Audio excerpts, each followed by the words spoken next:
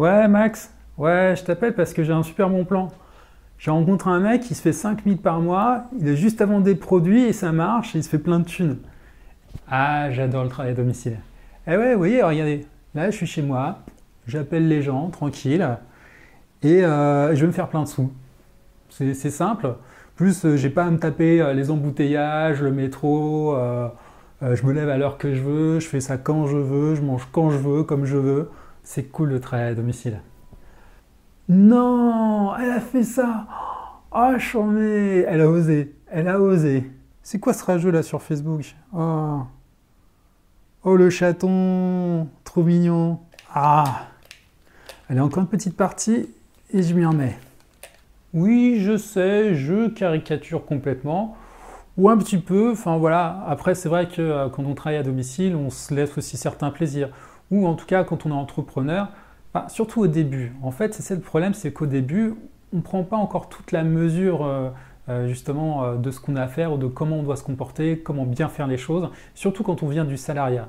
Et je trouve ça dommage parce que oui, on fait des erreurs, on fait des échecs, c'est ça aussi qui nous permet justement de grandir.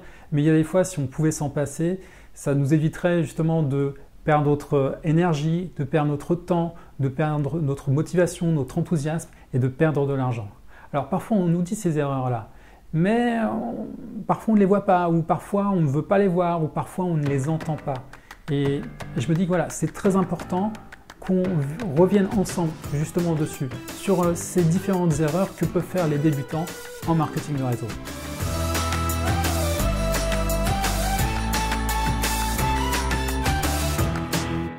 Je ne sais pas si on vous a vendu du rêve quand on vous a présenté un business en marketing de réseau, mais ce que je peux vous dire, c'est que l'argent ne pousse pas sur les arbres. Et du coup, pour pouvoir en gagner, il faut bosser. Le marketing de réseau, c'est un vrai métier.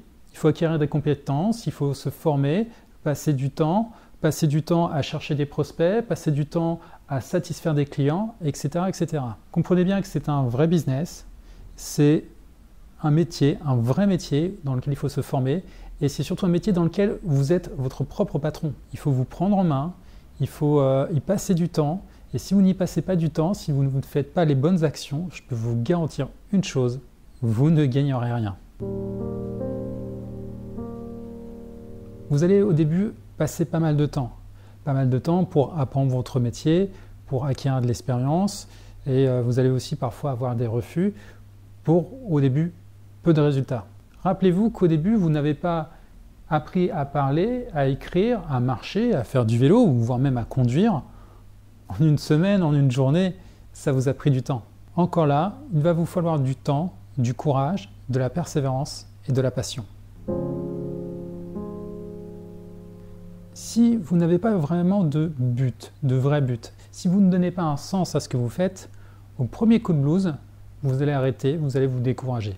Vous devez avoir un vrai but, un vrai pourquoi qui va vous permettre de vous redresser au moment où justement vous aurez des coups de blues, vous aurez des coups de mou. Et des coups de blues, ça arrive même aux meilleurs d'entre nous. Mais quand on a un vrai but, un vrai pourquoi, comme pouvoir voyager, passer plus de temps avec ses enfants, pouvoir justement aider ses parents pour pouvoir peut-être faire des projets humanitaires, eh bien je peux vous dire que là, on trouve justement en nous la force de se bouger et justement de surmonter tout ça, ses peurs et ses doutes.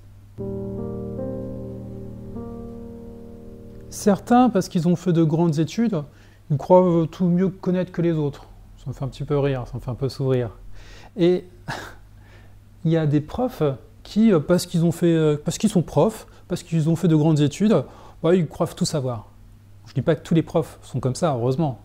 Mais il y a des profs, vraiment, j'en ai rencontré, et j'ai travaillé aussi dans l'éducation nationale, qui croient parce qu'ils sont profs voilà, ils n'ont plus rien à apprendre, ça suffit, ils n'ont pas à apprendre forcément des autres. Eh ben, je trouve que c'est une erreur. Il faut constamment apprendre. Et ce qui est marrant, c'est qu'ils disent eux-mêmes à leurs élèves, aux élèves d'apprendre, alors qu'eux, ils ne sont pas forcément ouverts d'esprit.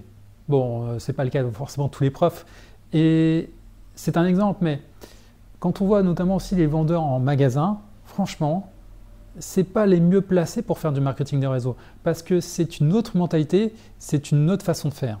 Si vous n'êtes pas prêt à accepter la formation, les conseils de votre upline, des gens qui font du marketing de réseau, qui en vivent, qui réussissent, qui ont cette passion-là, écoutez, si vous n'acceptez pas leurs conseils, leur apprentissage, leur savoir-faire, si vous n'êtes pas coachable, si vous ne voulez pas apprendre, vous ne pouvez réussir. Question bête, comment voulez-vous réussir si vous ne vous formez pas? Comment trouver des partenaires et progresser dans son affaire si on ne la connaît pas? Alors bien sûr, vous n'êtes pas obligé de tout connaître tout de suite pour pouvoir réussir. Non, non, surtout pas. Vous n'êtes pas obligé de tout connaître pour faire. N'oubliez pas une chose, c'est en forgeant qu'on devient forgeron. C'est en allant sur le terrain qu'on apprend le mieux et qu'on progresse le plus vite. Pour cela, vous avez des audios, des livres, des vidéos, plein de choses, des outils et même certainement des outils que mettent en place votre business, votre entreprise. Donc utilisez-les, ne perdez pas de temps. Le saviez-vous? La vente directe a plus de 60 ans. Donc vous imaginez bien que depuis le temps, il y a un vrai savoir-faire qui s'est créé et qui a continué de se développer, notamment avec les nouvelles technologies. Donc pas besoin d'innover à tout prix, de vouloir faire à votre sauce. Apprenez ce que les autres ont mis en place pour réussir. Ça sera pour vous le meilleur moyen de réussir à votre tour. Quand vous parlez de votre business à quelqu'un, vous lui proposez une opportunité. Donc intégrez la bonne mentalité, vous lui faites un cadeau. Par contre, si vous commencez à lui demander plusieurs fois, à lui redemander, à le harceler, à le quémander, eh bien vous allez passer pour un désespéré. Je ne pense pas que c'est ce que vous vouliez. Mettons-nous 2 secondes à sa place.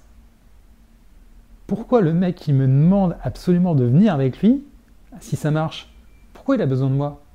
Donc n'insistez pas, comprenez bien que en fait vous n'avez besoin de personne en particulier pour réussir. Bien sûr vous avez besoin de gens pour monter un réseau, mais vous avez besoin de personne en particulier pour réussir. Donc si elles ne veulent pas, n'insistez pas. Peut-être qu'elles reviendront plus tard, ou sinon vous trouverez d'autres personnes. Il y a plein de gens sur Terre. On est combien de millions déjà?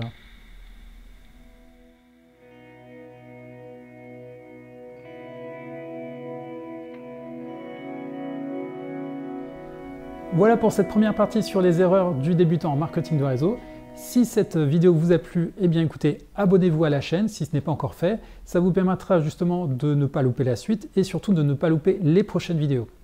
En attendant, je vous dis à la semaine prochaine, portez-vous bien, continuez de vous former et passez à l'action.